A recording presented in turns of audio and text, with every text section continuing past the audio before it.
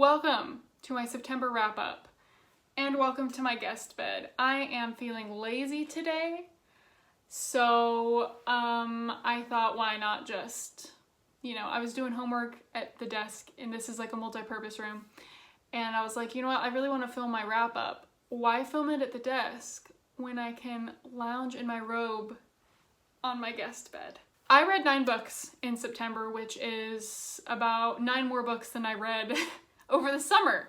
So I'm very happy about my progress and I'm excited to talk about them. So let's just get started. The first book I read was The Henna Wars, and I gave this 4 stars, and I'm not even a young adult contemporary fan, but I really enjoyed this.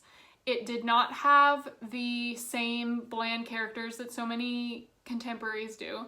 It did not have the predictable plotline, and it did not have a really cheesy romance. It was a good time. So it follows Nishat, and Nishat goes to this wedding for an extended family member and runs into this girl and has a little bit of a crush on her, and she comes out to her parents and they do not take it well. And then they are in this business class where they need to come up with this whole business plan. And the person who runs the most effective business, I think, and makes the most money gets something at the end of it. I can't remember what the reward for the competition was. But anyway, Nishat decides to start a henna business. And would you know it, the girl she had a crush on starts a rival henna business. And there's a lot of discussion. I mean, obviously we have a female-female romance, but there's a lot of discussion about cultural appropriation as well in terms of the henna business and who can run it, who's better equipped to run it and why, and is it wrong or right to start it if you're not Indian, and where did the whole concept of henna come from? And there was a lot of interesting conversations about that as well, but I just really loved our main character. I loved the conversations that she had with her sister. I thought the two of them had a really great dynamic, and it was fun. It was really enjoyable. I would definitely recommend it. Next, I read The Astonishing Color of After by Emily X.R. Pan, and I gave this 3 stars. I was hoping it would be a 5-star, but from what I've heard, it's kind of polarizing. I enjoyed it, but I do think I would have rated it maybe 2 stars if I had had to read it physically. But it is about this girl, Lee, who is half Asian, half white, and her mother takes her own life, and Lee is convinced that she has turned into a bird. And no one else really, her dad is kind of weirded out by that, and it was just interesting to see how the two of them, how their dynamic changed without her mother in the picture. But because of that, she decides that she wants to get to know her mother's parents better, who live in Taiwan, and she has never met them, and her mother never really talked about her time in Taiwan, and so they go travel to meet them, and that's all I'm gonna say. But I enjoyed our main character. I enjoyed the premise. Obviously, trigger warning for suicide, but it fell short a little bit for me, I think mainly with the pacing. I think it was good at the beginning, it dragged throughout the whole middle, and then in the last chunk, it was oh, okay, let's wrap it up. And I was like, okay, where's, the good resolution that ties up all the loose ends and everything that I was kind of looking for and hoping for, and that didn't really happen. So I had to give it 3 stars, but I definitely still enjoyed it. Next, I read The Joy Luck Club by Amy Tan, and I gave this 4 stars. I don't know how I've gone this long without having read Amy Tan before, but The Joy Luck Club is basically this club started by these women who came to America from China, and they get together and they just talk about whatever they want to talk about, but it's their time to not feel so different and, standing out and experiencing the racism and everything that they experience. It's their time to connect and celebrate their culture and things like that. And they start telling stories. And so it's basically stories from each perspective of these different women and their, you know, different ages and everything. And it's that framework is a really interesting way to explore all of the hardships that they went through. But it was very insightful, and I think the way that some of the stories like weave together were really, really satisfying. So I enjoyed it. I definitely want to read more Amy Tan. All right, next, my favorite book of the month, Lord of the Frickin' Flies by William Golding. I gave this bad boy 5 stars. It was a time. I will link my reading vlog where I read it because I give kind of like a 5-minute explanation about my thoughts of it, so I don't want to get super, super in-depth in this wrap-up, but basically, it's about these boys. It takes place during World War II. It's about these boys who are in a plane crash, and they crash on this island. Kind of like no one knows they're there, they're stranded. And it's about them figuring out like order and rules and civilization. And, you know, probably unsurprisingly, you have 2 boys who sort of end up symbolizing 2 different things. One is very much about order and, you know, kind of what we consider civilization. The other kid is kind of just the opposite of all that. Some of the kids die in very gruesome ways, kind of at the hands of mistakes that they as a group have made. And, you know, at the beginning, they're kind of excited because they're like, we're gonna get rescued. And in the meantime, we're just gonna enjoy ourselves. We're gonna swim in the water. And it's so great because there's no adults here. But soon enough, they start to realize that society, that the basic foundation and structure of society is kind of necessary for survival.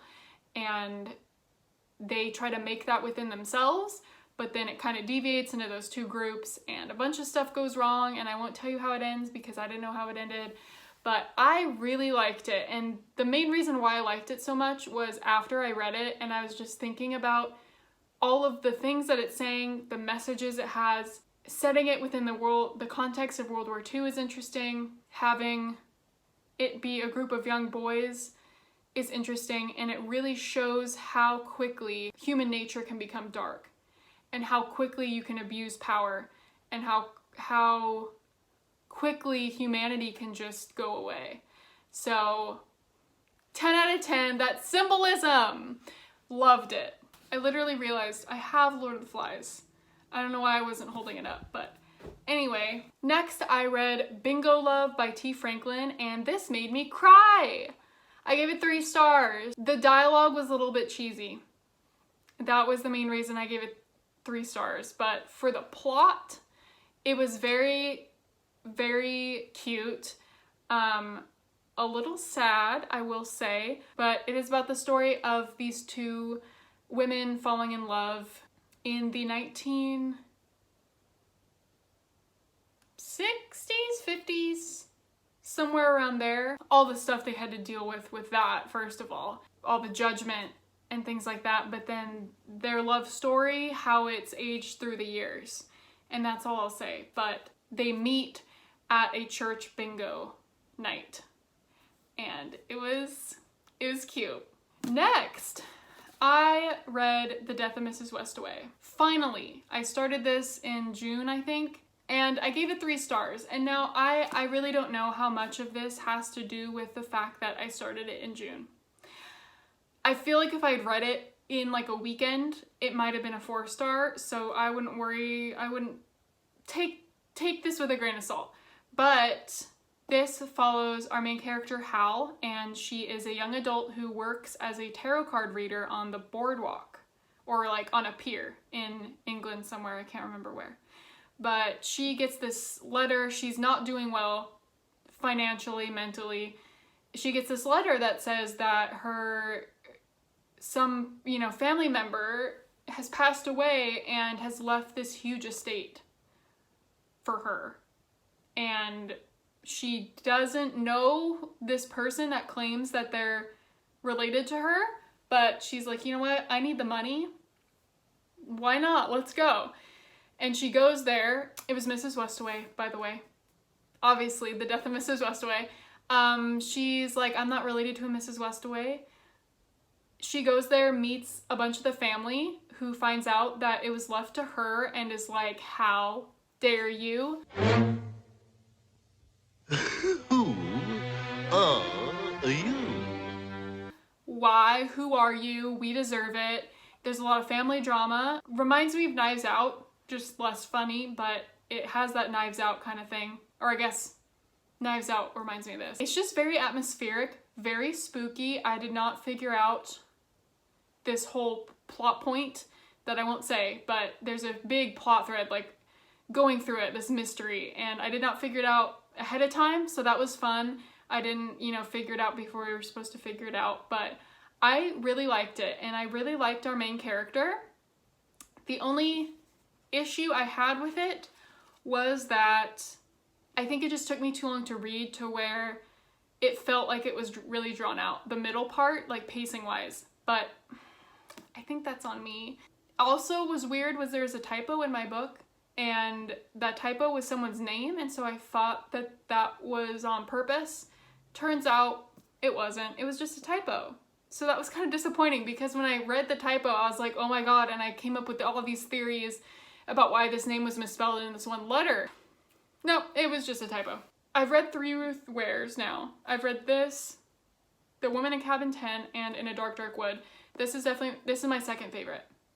I don't think I liked it as much as The Woman in Cabin 10, but it's definitely a good, strong thriller with a really good, like, fall spooky atmosphere. So if that's your thing, I would definitely give this a try. I haven't heard that many people talk about it when they talk about Ruth Ware, which is odd, because it was good. All right, next I read Uzumaki by Junji Ito, and I gave this 4 stars. This was creepy. It's all about spirals. These spirals are like haunting people in really disturbing and weird ways. And this was a thick boy. Damn, boy, he's thick. Boy, that's a thick-ass boy. This was like 600 pages long.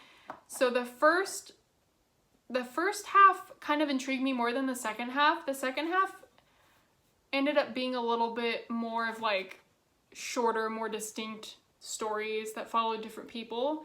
But the first half was like how the spirals, when they first showed up, and what they did to the people when they first showed up and things like that. Really good. I definitely want to read more Junji Ito. The only other thing I've read so far was Gyo, and I definitely liked this more. Yeah, here's just a little taste of the art in here. It's creepy and very gross. There's, if you've read it, I'm just gonna say snails, and you'll know what I mean. But it makes me realize that there's spirals everywhere. There's spirals in a snail shell. There's spirals in your food. There can be spirals in your hair. There are spirals truly everywhere, and I'll never look at a spiral the same way. Last but not least, on the last day of September, I finished listening to Deep and Dark and Dangerous by Mary Downing Hahn. And I gave it 2 stars, which, I mean, that's not a good rating, but it's also not like, don't ever listen to this. It was just very meh. Like, it was fine. I would never physically read this, but it was like a 6-hour, 5-hour audiobook, and I listened to it in 2 days, so in pretty big chunks, and it was fun. Like, it was, it would make, like a decent ghost movie. It was just a pretty simple, basic ghost story, and I don't know if we were supposed to not know if this one character was a ghost or not, but it was very obvious the whole time, and then it was kind of revealed at the end that they were a ghost, and I was like, obviously they were the ghost.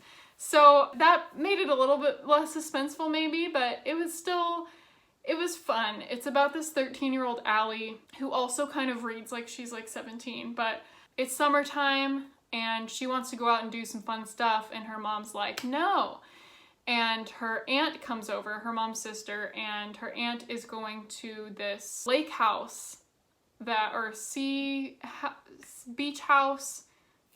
I can't believe I already forgot. That's why it's a 2-star, but it goes to this like vacation place. And her mom's like, no, you're not going. No way.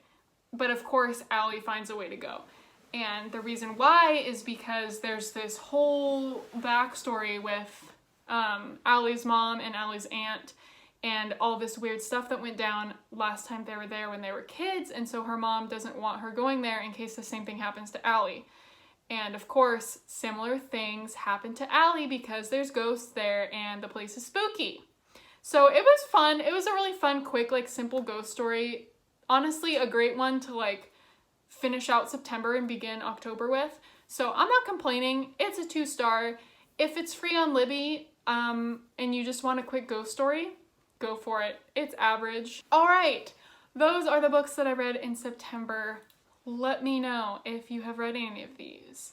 I am very excited for October. Feel free to subscribe if you enjoyed this, and I will see you guys later. Bye! It's time for me to take a nap.